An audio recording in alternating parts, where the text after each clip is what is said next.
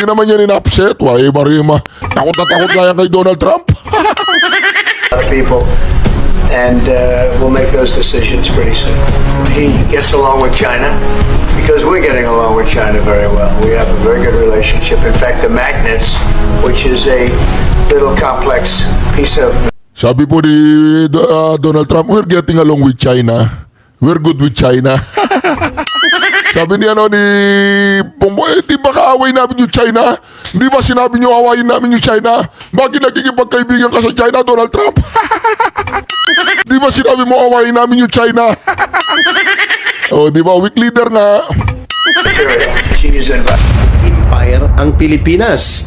200 years ago pa po natapos na ang kolonyalismo at pananakop ng mga bansa sa kapwa bansa. Hindi pa rin makamove over ang Amerika at sila pa rin ang nag-aastang mga nangungunang kolonyalista at mangungolonya at mananakop ng bansa. No? At pumapayag naman itong kulukoy na si Bongbong Marcos pupunta pa doon sa Amerika para pirmahan po itong tinatawag na US-Philippines Agreement on Reciprocal Trade kung saan dinidiktahan tayo ng Amerika at pinapakialaman ang ating pang-ekonomiyang patakaran, pati po ang ating kalakaran at mga programa sa pagninegosyo para sa ating kabutihan, ang ating ekonomiya ng ating bansa at ng ating mamamayan. Right, Reaction TVPH nagbabalik. Reaction. Napakaganda po ng mga pag-uusapan natin ngayong mga ka-reaction. Mandagin po ninyo, Bongbong Marcos pumunta ng Amerika. Pagdating sa Amerika, sinampal siya ni Donald Trump. Pagdating sa China, oh, ngayon pala si Donald Trump, mas love pa niya si Xi Jinping. Ito po, pakinggan po ninyo mga ka-reaction ha. At dito po, meron po tayong skandal patungkol kay Bongbong Marcos mamaya. Binenta mo ba ang Pilipinas, Bongbong Marcos? Tinarantado mo ba ang Pilipinas? O talagang weak leader ka lang? Tanong lang yan, tanong lang. O, ito po mga ka-reaction ha. She has invited me to China, and we'll probably be doing that in the not too distant future, a little bit out, but... Yan po ang reaction ng mga international media. International media ko po yan na kinuha mga ka-reaction. Naging kahiya-hiya po ang Pilipinas. Naging kahiya-hiya, mantakin mo yan. Pinuno ka na ng mga armas, mga sundalo ang iyong bansa. Ginawa ka na nilang buffer station. Ginawa ka na nila ng... alam nyo na yun. Tapos, pagdating mo doon, itinuring ka pa parang isang batang paslit. Hindi man lang nagsasalita, kinuwento pa niya si Obama. Tsaka si Hillary Clinton, anong connection sa Pilipinas?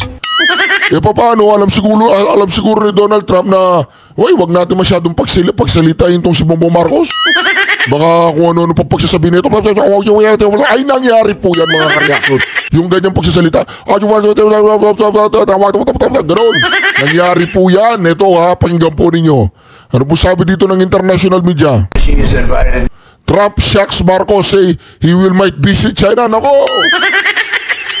Bongbong Marcos, di ba, sinasabi ng China na sinasakop tayo ng, sinasabi ng Amerika na tutulungan tayo dahil sinasakop tayo ng China?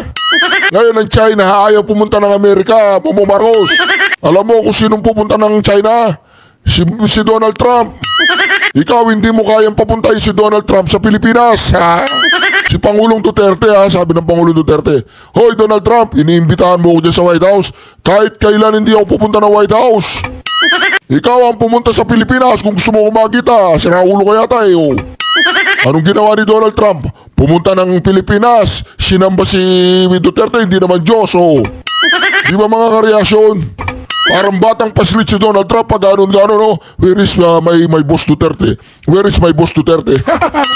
Si Bongbong Marcos, parang basang sisiw sa tabi ni Donald Trump. Ilang percent? 20% pumunta ka ng Amerika, nagmukha kang gago. Tapos 1% lang ang ibibigay na discount. Anong klaseng kaibigan yan?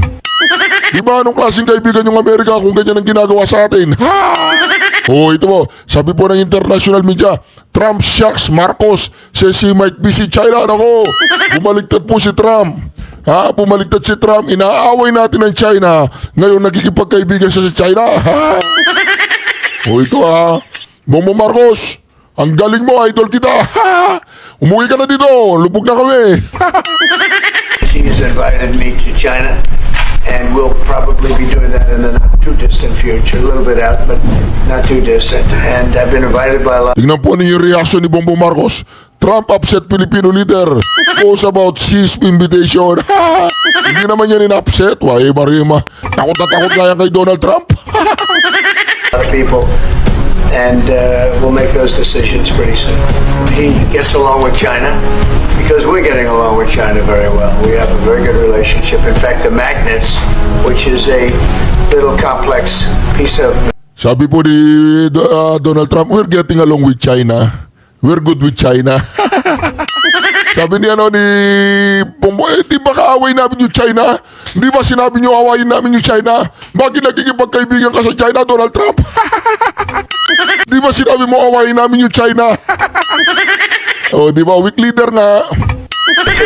She has invited me to China and will probably be doing... Yun naman pagsabi niya, she's invited me with China. Oh, visit China. Oh, sabi ni Xi Jinping, oy, Donald Trump, punta nga dito. Gusto mo pumunta dyan, punta nga dito. Oh, sabi ni Donald Trump, yes, Xi Jinping, I will come. Si Donald Trump, si Marcos Jr., dahil nga weak leader, walang pinag-aralan, walang natapos, dropout. Pumunta ng Amerika, nagmamagaling. Akala mo may laman yung utak. Di naman marunong magpag-negotiate. Oy, umuwi ka na dito, baka na dito. Anong ginagawa mo dyan? Ipunin mo yung tubig dito. Oh, ipunin mo, dali mo sa Malacanang. In the not too distant future, a little bit out, but not too distant. And I've been invited by a lot of people, and we'll make those decisions pretty soon. It is affecting people that want to buy houses, and that shouldn't happen. And Mr. President, And you know, he should lower them. Those rates should be 3 points lower. That's what they should be, 3 points lower, maybe more than that. Mr. President, I would like to ask both of you Yes. one question. Mr. President Marcos, next year, Philippines is going to be the rotating chair of ASEAN. I wonder how do you plan to balance your relationship between the United States and China? And for President Trump, Kremlin yesterday said if you are going to Beijing in September, they wouldn't rule out a meeting between you and President Putin. Is such a meeting possible? And Dito na po magkakabulol-bulol ang pagsasalita ni Bongbong Marcos. Oh, di ba, ilang araw na pa yan, ilang araw na. Ako nga isang araw lang hindi makakain ng kanin eh, parang nag-withdrawal syndrome ako eh. How much more yung ilang araw na si Bongbong Marcos dyan. Kasi walang kanin dyan, walang kanin sa Amerika. Walang kanin dyan, tsaka pulburon. Oh, Goldilocks, meron naman Goldilocks dyan, wala pa. Kaya minsan pag ako, hindi ako nakakain ng kanin, nakakautal-utal din ako. Ganun din yung mga, halimbawa, ikaw, sanay kang kumain ng pulburon o kaya Coca-Cola. O yun, nagkakautal-utal ka pag hindi ka kumakain. O pakinggan nyo dito, nagkakautal-utal na. how soon do you plan to visit China? Well, we have a lot of meetings possible. President Xi has invited me to China, and we'll probably be doing that in the not too distant future, a little bit out, but not too distant. And I've been invited by a lot of people, and we'll make those decisions pretty soon. Please. Well, as you say, we are chairing ASEAN for 2000. Wala na lumalabas sa bibig mo, hindi ka naintindihan ni Donald Trump. Para kang bumalik sa sanggol. Into 2026, there is no need, in a sense, to balance, as you characterize it, to balance our relationship between the United States and China. Oh, hindi daw kailangan i-balance. Sabi ni Donald Trump, putang ina, ano pinagsasabi nito? Hindi niya i-balance. Hindi raw niya kailangan i-balance. Bakit hindi mo kailangan i-balance? Simply because our foreign policy is an independent one. Oh, di ba? Hindi nga marunong. Oh, paano mo raw ibabalance niya ng Amerika at China? Di ba? Ang China at Amerika magkaaway yan. Anong gagawin mo sa kanilang dalawa dyan? Oh, hindi ko kailangan i-balance yan. Oo, di ba? Pag dinurog kami ng China, okay lang. Hindi naman namin kailangan i-balance. Oh, meron ba tayong panangga sa China? Amerika! Oo. Oh, i-google mo yung Ukraine kung ano nangyari. And we are essentially concerned with the defense of our territory and the exercise of our sovereign rights. Now, whether we do this... Hoy, manahimik ka na dyan. Anong pinagsasabi mo? Not alone.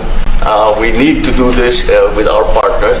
And again, our strongest partner has always been the United States. Hindi raw niya kailangan i-balance. Pero kailangan niyang pagtuunan ng pansin yung seguridad at soberentiya ng Pilipinas. Kaya dapat daw niyang gawin yun kasama ang Amerika. Oo, di ba? Paano mo ibabalance yun? Hindi mo kayang protektahan ang sarili mo kung wala yung Amerika. Puprotektahan mo yung sarili mo laban sa China. O ngayon, anong gagawin mo sa dalawang yan? O di ba, nasa harapan mo. Ang isa, kinukuha yung gusto mong kunin. Ang isa naman, nakapasok na sa bansa mo yung Amerika. O marami nang kasay, so nasakop ka na ganoon. But of course, we are trying to form coalitions and multilateral relations so that those like-minded nations who Anong pinagsasabi mo? Kaharap mo si Donald Trump. Anong pinagsasabi mo dyan? Ayusin mo! share the same values as we do, who hew to international law, most specifically the UNCLOS. Binuksan na naman niya yung UNCLOS. Present that position very clearly to anyone who has intentions of unilaterally changing the world order, and that is where. Sabi ni Donald Trump, wala akong naintindihan sa sinasabi mo.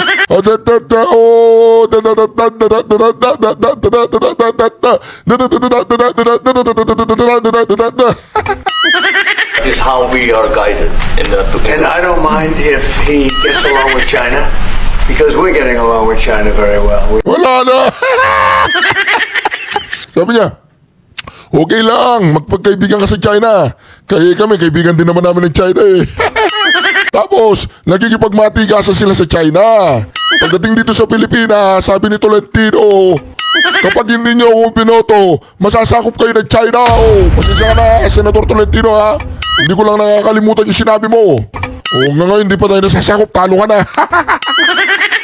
We have a very good relationship. In fact, the magnets, which is a little complex piece of material, but the magnets are coming out, very well. They're sending them in record numbers.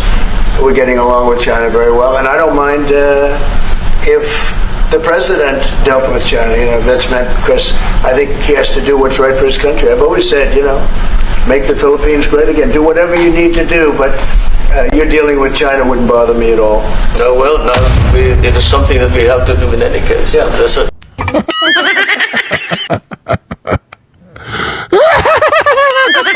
Kung Tagalog lang po yung salita ng dalawang to. Daig pa nila yung 2x2. Inaaway ng Pilipinas ang China, inaaway ng Amerika yung China. Pagdating doon, silang dalawa, kaibigan nila yung China, di ba? Dalawang...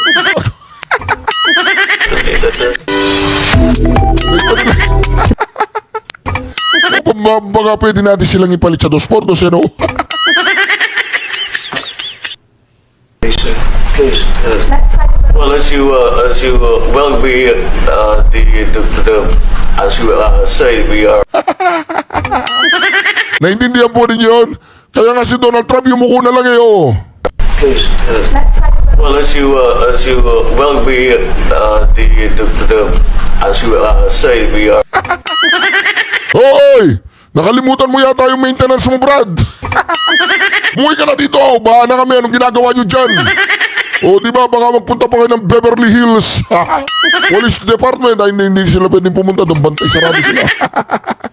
Sige, Please. Well, as you say, we are chairing.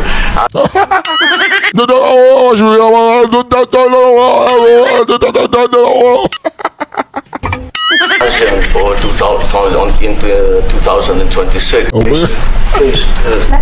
Well, as you Umuwi ka na! As you say, we are chairing ASEAN for 2026. There is no need, in a sense, to balance, as you characterize it, to balance.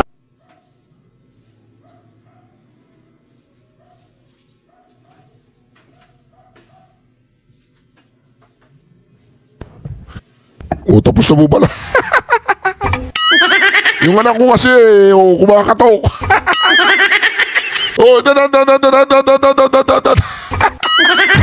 Kremlin yesterday said if you are going to Beijing in September, they wouldn't rule out a meeting between you and President Putin.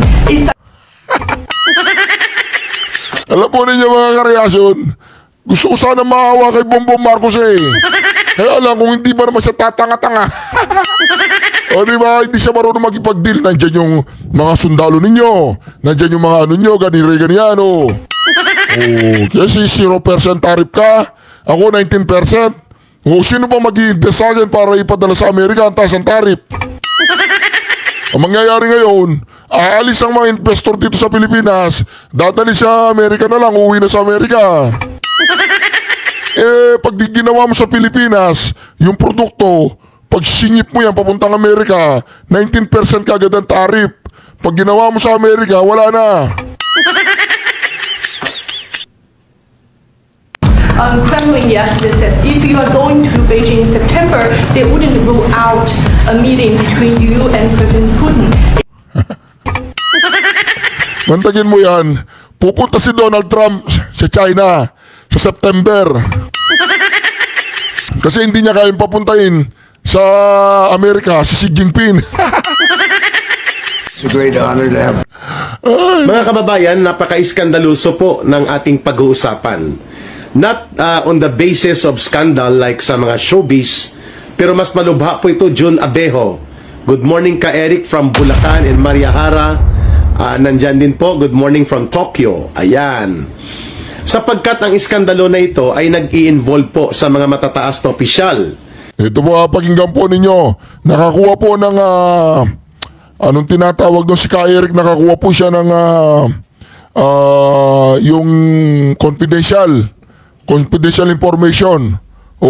Pakinggan po ninyo ito yung pagpunta nila sa Amerika. Mga kababayan, napaka-iskandaluso po ng ating pag-uusapan.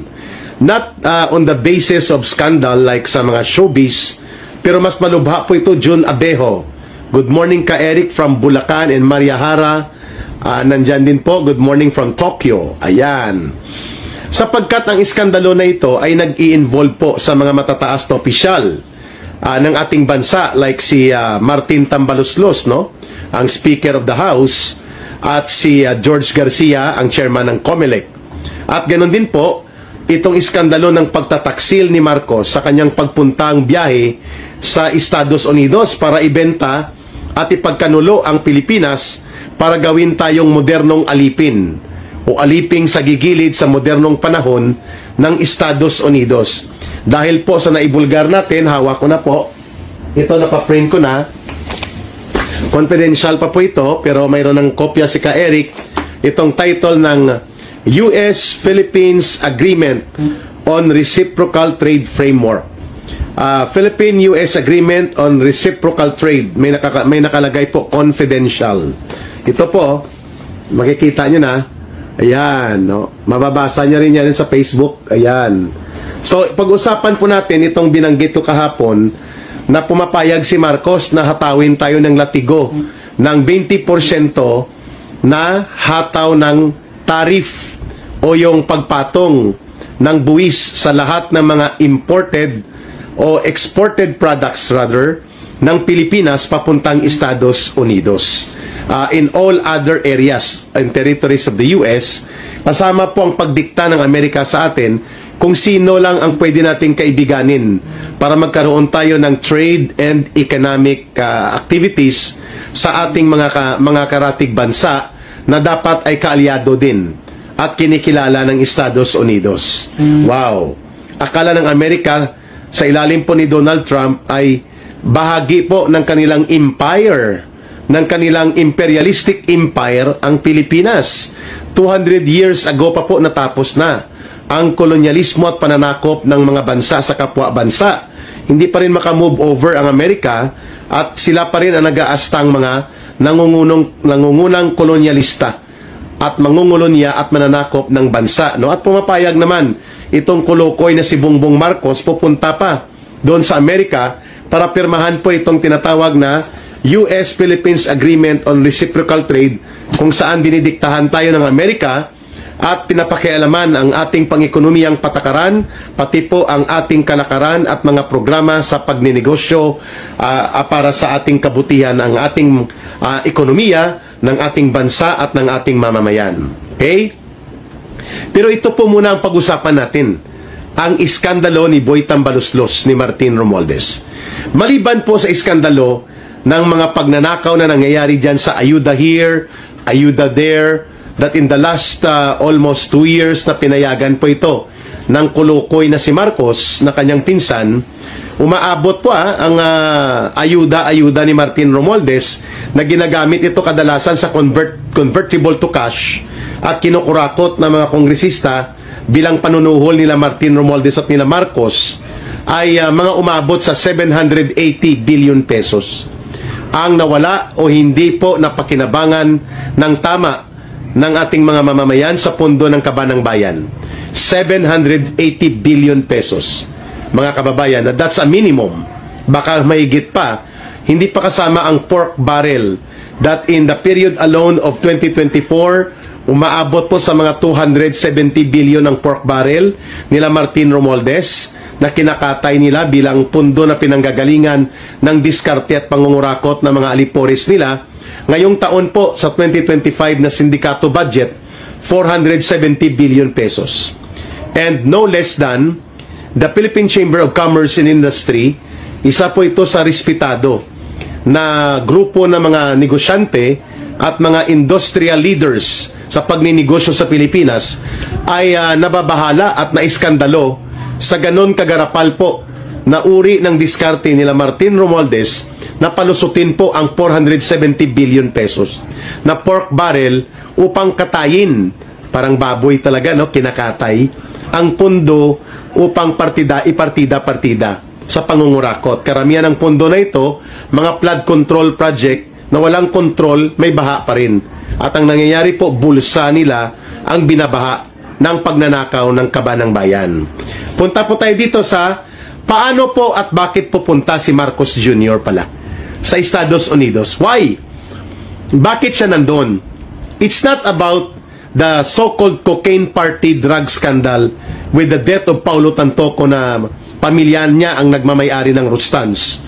It's secondary. And I think baka hindi nga yan direktang mapag-usapan nila Trump at Marcos. Ito pala ang pag-uusapan. This is a confidential document, pero naka-access ako dahil may mga kaibigan tayo nagpapadala for me to be able to discuss it para maisiwalat sa taong bayan. Mayroon palang umiiral na dokumento ng title niya, US-Philippines Agreement on Reciprocal Trade. Mga kababayan, at dito binabasa ko, mayroon Section 1, Tariff and Quota. Section 2, Tariff and Non-Tariff Barriers. No, mga kababayan. Then Section 3, mayroon po siyang Digital Trade and Technology. Ito pa, Section 4, Rules of the Origin. Section 5, Economic and National Security. And ano pang panghuli nito? Wait lang, at para makita po ninyo, Section 6, Commercial Consideration and Other Opportunities. And then Section 7, Implementation and Enforcement. Okay? So basahin ko po ang mga pinaka-essential lang, pinakamahalaga, no? Ito sa enforcement muna tayo. Pakinggan nyo mga kababayan. Section 7, Implementation and Enforcement. If the United States consider that the Philippines has not complied with the provision of this agreement, the President of the United States may reimpose again applicable higher tariff. Pakinggan po rin nyo ito, importante ito ha. Kapag hindi daw tayo sumunod sa Amerika, tataas ang paniling tarif. Ano ka, ilo? Set forth in the Executive Order 2025 April on the imports coming from the Philippines. Nothing in this agreement shall constrain or prevent the United States from imposing additional tariff to remedy unfair trade practices and to address the import surges in the U.S. economic and national security interests and other similar consideration. Mga kababayan, sinasabi po dito na kapag gumawa ang Pilipinas ng hakbang na hindi nagugustuhan ng Estados Unidos, ng gobyerno nila, halimbawa, nakipagnegosyo tayo ng durian, kape, mangga, at iba pang mga negosyong malalaki na papasok sa China bilang market natin, ay pwede pong tayo ay disiplinahin ng Amerika at papatawan tayo even between 30 to 40% ng tariff kapag hindi tayo sumunod. Wow! So hawak tayo sa ilong ng Amerika kapag pinirmahan ito ni Bongbong Marcos, which is pipirmahan nga niya. Pipirmahan niya on the basis na hanggang 20% lang ang taripa.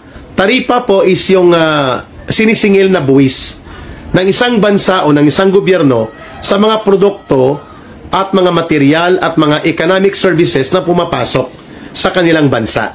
That is tariff, no? At kasama po dyan sa tariff yung mga tinatawag na customs duties and mga iba pa pong mga singil na ipinapataw pag pumasok sa isang teritoryo na galing sa ibang bansa ang mga produkto. That is tariff, taripa. So sabi ng Amerika, pag hindi namin nagustuhan, ang inyong gagawin ay pwede naming ipataw at bawiin ang 20% na taripa at pwedeng ito ay lumaki pa.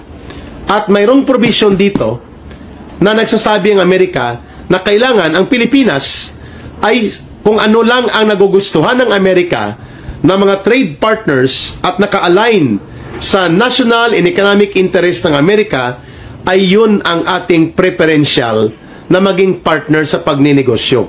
So pwede ang Pilipinas makipag-negotiate sa Japan, sa South Korea, pwede. Pero pagdating sa China, pagdating sa Russia, sa Cuba, o iba pang mga bansa na pwede namang bumili at kumuha ng mga economic services ng ating bansa at ng ating mga economic and other trade products, hindi papayag ang Amerika. Kailangan niyang pakialaman yan.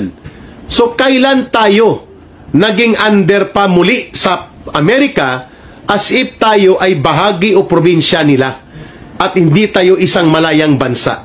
This is the way that Marcos Jr. is going to do things pagdating po dito sa usapin ng trade agreement na ito. Kaya tinatawag ko itong kataksilan. O di ba? Yan po ang tinanong ng nung reporter, no, paano niya ibabalanse yung Amerika at China. Sinabi po ni Pangulong Bongbong Marcos, meron daw siyang tinatawag na independence sa foreign policy. O di ba? Arap-arapan po sampal yun eh. Wala kang independent foreign policy kapag nakipag-ugnayan ka sa China at hindi nagustuhan ng Amerika, babatukan ka niya. Naintindihan mo yun, Bongbong Marcos? Ito po ay hindi inihayag sa taong bayan na tayo pala ay magpapadikta muli sa Estados Unidos upang yung ating pagninegosyo, ang ating pang-ekonomiyang paglago at pagsulong bilang isang malayang bansa, bilang isang malayang ekonomiya ay pakikialaman ng Amerika. There is a provision here na sinasabi po ng Amerika na kapag hindi namin nagustuhan ang inyong gagawin at kayo ay nakipag-align o kaya nakipagnegosyo sa mga bansa na hindi po namin na-feel na kami ay bahagi ng ganyang alliance at sa tingin namin ay dihado kami sa inyong pakikipagnegosyo sa bansang China, sa bansang even Japan o iba pang mga bansa, lalo na sa China, North Korea, Cuba, Russia o mga bansang hindi feel ng Amerika na kalinyada nila, pwede pa lang tayo ay disiplinahin nila. Kung hindi man tayo i-cut out sa mga export natin papuntang Amerika, papatawan po tayo nila ng karagdagang mga taripa at mga iba pang paniningil upang lumpuin ang ating trade and economic export and business in the interaction with the US. E nandito sa kaniyang provision sa enforcement portion, implementation and enforcement. Nothing in this agreement, number 3, shall otherwise constrain or prevent America or the US from imposing other tariff and other sanction kapag hindi po sumunod ang Pilipinas sa mga US laws and US agreement na ito. Tinalakay ko ito kagabi ang 3 punto. Mabigat na po yung 20% na ipapataw sa ating mga ini-export na mga produkto papuntang Amerika. It will cripple, it will paralyze our competitiveness.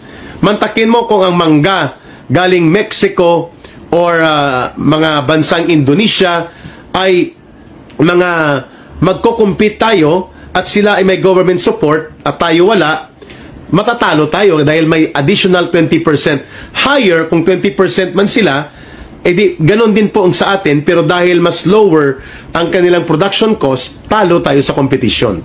This is not fair to the Filipino people, sapagkat kung tinatrato tayo ng Amerika na totoong kaibigan at kung tinatrato nila tayo na tunay na kapartner sa paglago ng ekonomiya sa mahabang panahon ng kasaysayan ng paggamit nila sa Pilipinas, sa panahon po ng pakikipagdigma sa pangdaigdigang digmaang ikalawa, ginamit nila ang Pilipinas, ang mga Pilipino, para gumamit ng labanan at digmaan sa war theater sa Pacific area. Pilipinas pong pinakaalyado nila. Ginamit nila na base militar ang Pilipinas pagkatapos ng digmaan. At ngayon, virtually, technically, ang buong Pilipinas ay pagmamay-ari ng kampo militar nila. Ang ating mga kampo militar ay pwedeng pumasok at maglagay sila ng tinatawag nilang EDCA sites at magkakaroon ng forward deployment ng mga armas, including nuclear weapons or nuclear deployment. At sa ngayon nga, sa kasalukuyan, pumapayag si Marcos na mayroon pong Typhoon missile system na nakalagak po sa Northern Luzon. Nandun na po sa Northern Luzon ang Typhoon missile system na ang pangalan po nito ay Typhoon missile launchers na ginagamit sa paglulunsad ng tinatawag na mga Tomahawk cruise missile that can even hit Russia, China, and North Korea from the Philippines. So sigurado po, tatamaan tayo pag nagkaroon ng digmaan talaga ang Amerika dito sa Indo-Pacific area. Sapagkat virtually, technically, ay tayo po extension ng kanilang military bases at ng kanilang military deployment. So kung ganun pala ang paggamit nila sa Pilipinas, bakit nila tayo paluluhurin? At bakit nila tayo pipilitin? At papayag naman si Marcos, kaya pala siya pupunta ng Amerika dahil pipirmahan niya po itong US-Philippines Agreement on Reciprocal Trade Framework. Wow! Mga kababayan, at ang nilalaman nito, kontra sa Pilipinas, kontra sa mga Pilipino, pabor na pabor sa Amerika. Mantakin mo, bawal tayo magsuporta, mag-develop ng ating manufacturing sector.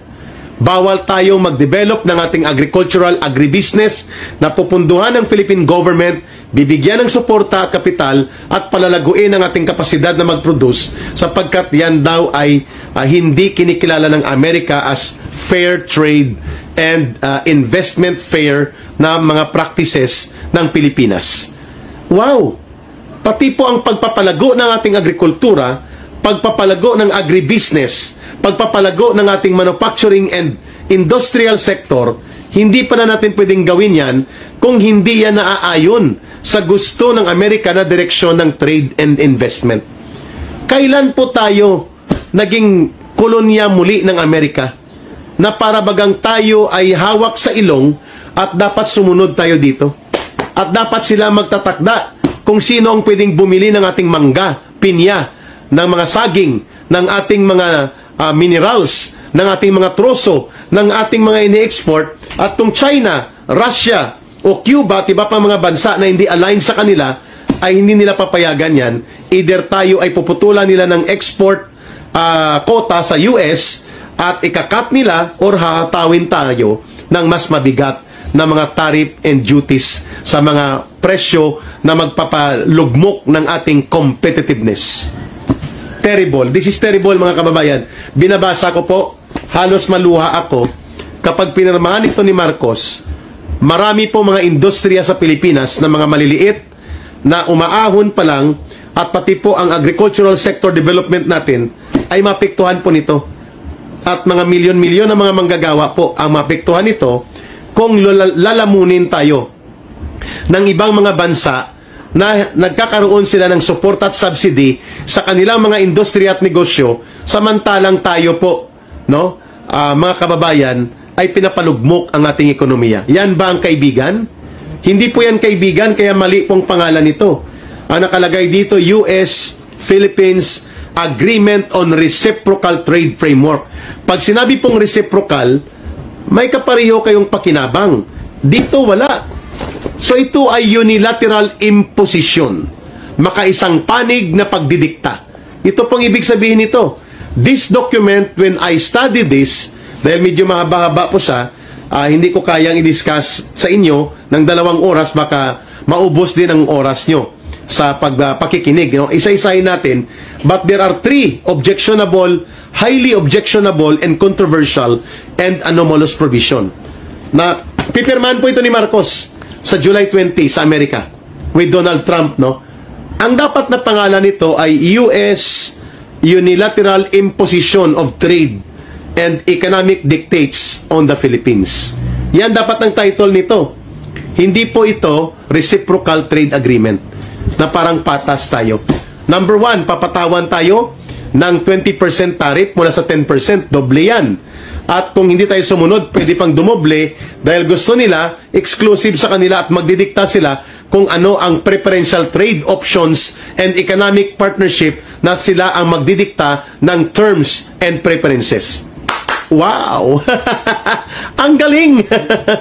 Ang galing ni Bongbong Marcos na maging tuta. Thank you, Maria Hara. Sabi niya, go ka, Eric! Dapat lang itong maibulgar. Thank you, Maria Hara. At number 2, maliban sa taripa na dumoble from 10% to 20%, Yun po yata mga kareaksyon, pinirmahan na po. Yun ang balita ko pinirmahan na ay hindi po tayo pwedeng mag-subsidize at mag-develop ng ating agricultural business, ng agribusiness, ng ating mga micro and small and medium enterprises upang maging competitive sapagkat yan daw ay trade unfair practices at hindi naka-align dito sa gusto ng Amerika na mangyari na sila ang magdidikta kung anong trade and economic preferential development ang pwedeng pasukin ng Pilipinas in the interest of economic and national security ng Amerika. Wow! Tindi ng history in the making, Ramil Bonso. At ang number 3, itong terrible. Sila magtatakda kung ano, sino at paano ang ating mga pagbubukas ng ating merkado, ng ating negosyo, ng ating ekonomiya, ng ating trade and investment sa mga bansa na gusto lang nila.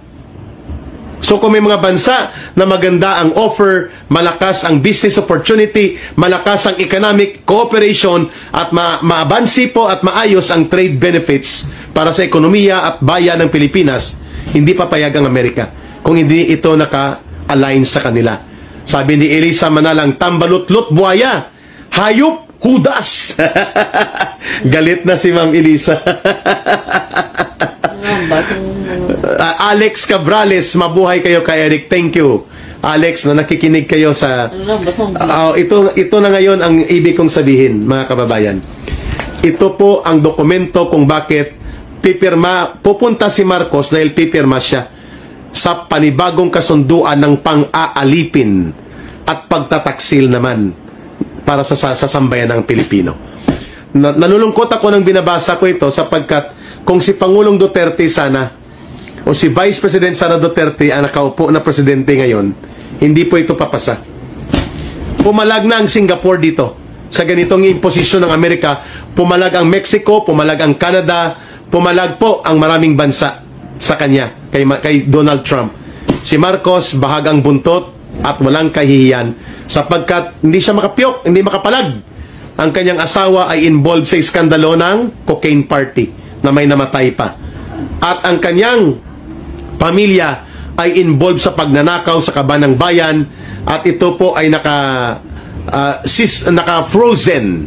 Kung kaya gusto niya itong imaniobra na maparelease at may utang sila sa Amerika na mga $365 million doon sa mga buwis na sinisingil ng korte sa Amerika. Kaya malamang sa malamang po itong nabulgar na dokumento na ang title po ay US-Philippines Agreement on Reciprocal Trade na hindi po dinidiscuss sa Philippine media right now ay pipirmahan ito ni Marcos. Nasabi ko nga kung babasahin nyo ito at kung i-discuss natin isa-isa pa at kung may panahon tayo sa susunod na mga talakayan, ang title nito dapat ng dokumento ay US unilateral economic and trade imposition and dictation on the Philippines. Hindi po ito reciprocal trade framework, mga kababayan. Ito po ay dokumento ng pang-aalipin. Ayun, tuloy na lukot na ampas ni Eric, no? At ito po, no, si Marcos ay parang chihuahua. Sabi ng ating viewers. Mga kababayan, tinatawanan natin ang problemang ito sapagkat we don't want to be overwhelmed o malulunod tayo, pero we are taking this seriously. No? Mga kababayan, sapagkat hindi po ito dinidiscuss in an open mainstream media discussion that there is a document na pipirmahan pala ni Marcos bakit siya pupunta sa Amerika. And this is the real story about this. Ito po yung mga tariff war, ito po yung mga trade imposition, at ito po ang modernong pananakop sa mga ekonomiya ng mga bansa na gustong paluhurin ng Estados Unidos, at pumapayag si Marcos na gawin niya ng Amerika sa Pilipinas. My goodness, mga kababayan, na sa modernong panahon tayo muli ng isang gobyerno na walang pakialam na ipagtanggol ang kabutihan ng kanyang mamamayan. Masunod lamang ang kanyang kagustuhan na manatili sa poder at kapangyarihan. At pati po ang kanyang pamilya, lalo na pong pinsan niya na si Boy Tambaloslos, ay walang pakundangang nag-aabuso. Ang kakapal ng muka nila, 2 years na lang ang mga walang hiyang buaya na yan sa Kongreso, pero ganon pa rin ang ginagawa nila, sabi ni Oray. Ayun, no? Mga kababayan, nakakalungkot. Good AM, ka Eric, may mga nagpakulay. Si Amonet, ayan na, nabasa ko na. Alright, narinig po natin yun, napirma na po ni Bongbong Marcos yung sinasabi ni Ka Eric na kung saan mga kareaksyon. Wala po tayong magagawa, ganyan talaga pag ang yung presidente ay napakalupit, napakahusay at hindi weaklit. Anyway mga kareaksyon, pasensya na po kayo sa performance si Bongbong Marcos, ha. Binoto niyo yan, ako hindi ko binoto yan eh.